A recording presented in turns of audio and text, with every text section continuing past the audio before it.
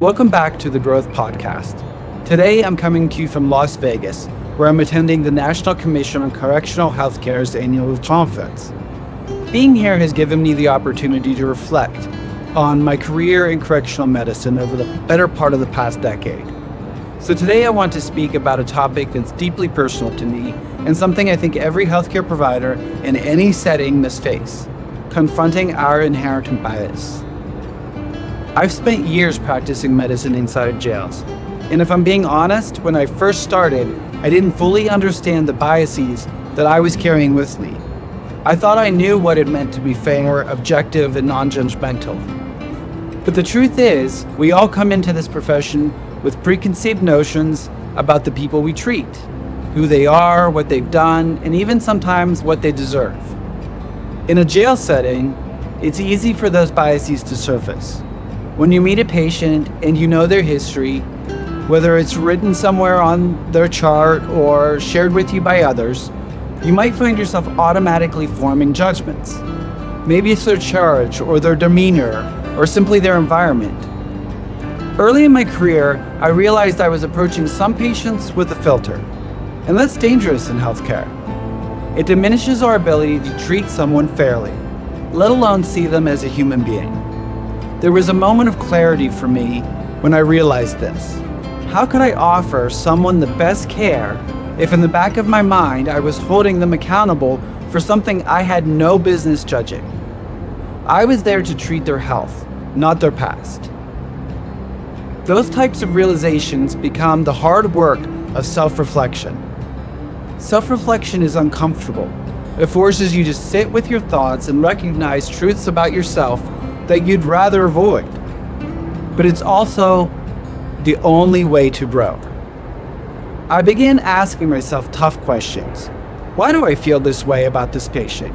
What assumptions am I making based on their appearance, their history, or their circumstances? How is this affecting the care I'm providing? And what I learned is that bias isn't always obvious. It doesn't always manifest as overt judgment or disdain. Sometimes it's subtle, perhaps in the extra time you spend with one patient versus another, or the tone of your voice. But these small things matter. They compound over time, and they impact patient care. So I started making conscious efforts to recognize and dismantle those biases. I trained myself to focus on the person in front of me, not their history, not their crime, but their health and well-being. I practiced active listening, allowing myself to hear their stories without judgment, and this shifted my perspective in profound ways. One of the biggest surprises for me was how much I learned from my patients in this process. They taught me that people are complex and that no one is defined by a single action or moment. Many of them had experienced trauma and adversity along the way, long before they ever ended up in the jail, and certainly long before they ended up in front of me. Many struggled with addiction, mental illness, or a lack of access to healthcare or education. Through these interactions, I started to see each patient as more than just a medical case or a charge. I saw them as individuals with full, complicated lives, people who needed care, empathy, and understanding, just like anyone else. And once I shifted my perspective, the way I practiced medicine changed. I became more present with my patients, more open to listening, and more aware of my own limitations. When you work in a setting like this, it's natural to begin by focusing on the people society has pushed to the margins. I spent years teaching myself to be as empathetic as possible to the most vulnerable among us. People struggling with addiction, mental illness, the unhoused, and those who've experienced trauma after trauma. It's easy to see them as victims of circumstance and to feel that they deserve every ounce of empathy you can give. And that's a good thing. It's a necessary part of being a compassionate healthcare provider. Practicing medicine inside of jails has been a humbling experience. It's taught me more about human nature, compassion, and my own capacity for growth than I ever expected. And the biggest lesson is that being a good healthcare provider isn't just about what you know. It's about how you treat people. who rely on you, and the self-awareness you bring in every interaction. But somewhere along the way of that journey, I made a surprising discovery. I realized that while I was honing my empathy for the vulnerable, I had allowed myself to become extremely judgmental toward other groups. I found myself making assumptions about people outside of that circle of vulnerability. I'd meet a wealthy 20-year-old banker, a retired Caucasian guy with a thick New York accent, or a middle-aged woman with perfect blonde hair and sparkling white teeth, and I'd start to make new assumptions about their privilege. These judgments, these biases, were just as bad as the ones I had worked so hard to overcome in my medical practice. That realization was a gut punch. Here I was, working tirelessly to challenge my preconceived notions about some of the most vulnerable people, but at the same time, I had become blind to the biases I had toward other groups. The truth is, no one is immune from bias. We carry these judgments with us, whether we're aware of them or not, and they shape how we interact with others.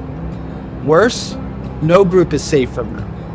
It was a humbling moment of clarity for me, and I had convinced myself that I had been doing the hard work of being open-minded and compassionate, and in many ways I was.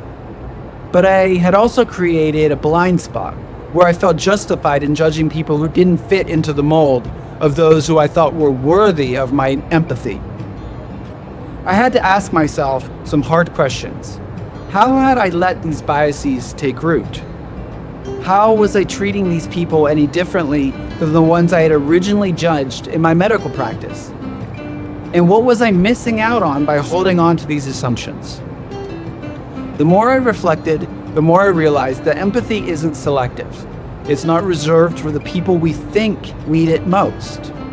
True empathy is about being open to everyone's humanity, regardless of their circumstances, their appearance, their accent, their attitude, their race. As healthcare providers, as people in any field really, we have to recognize that bias is everywhere. It's not just about people who are vulnerable or marginalized. It's about how we perceive everyone, including those who, at first glance, might seem privileged, lucky, or just different from us. Bias doesn't discriminate, and no group is safe from it. In the end, I've learned that the work of challenging bias is never really done. It's an ongoing process, and it requires constant reflection. The moment you think you've got it all figured out, that you've mastered empathy, is the moment that you need to take a step back and take a closer look at yourself, because none of us are immune, and all of us have room to grow. I still catch myself from time to time making assumptions I know I shouldn't be making. It would be easy for me to walk down right now onto the strip and start telling myself stories about the people that I pass. But the thing is, they wouldn't be true. I'm not perfect, but I'm quicker to notice myself when I do this stuff than I used to be. I'm able to stop myself and to refocus. And I think that's the key, recognizing that we all have biases, but we also have the ability and the responsibility to actively challenge them. I encourage all of you listening to take a moment and consider your own blind spots. Where have you allowed biases to shape your interactions? And how can you push yourself to be more open, more compassionate, and more aware? Thank you for joining me, and I'll see you all again soon.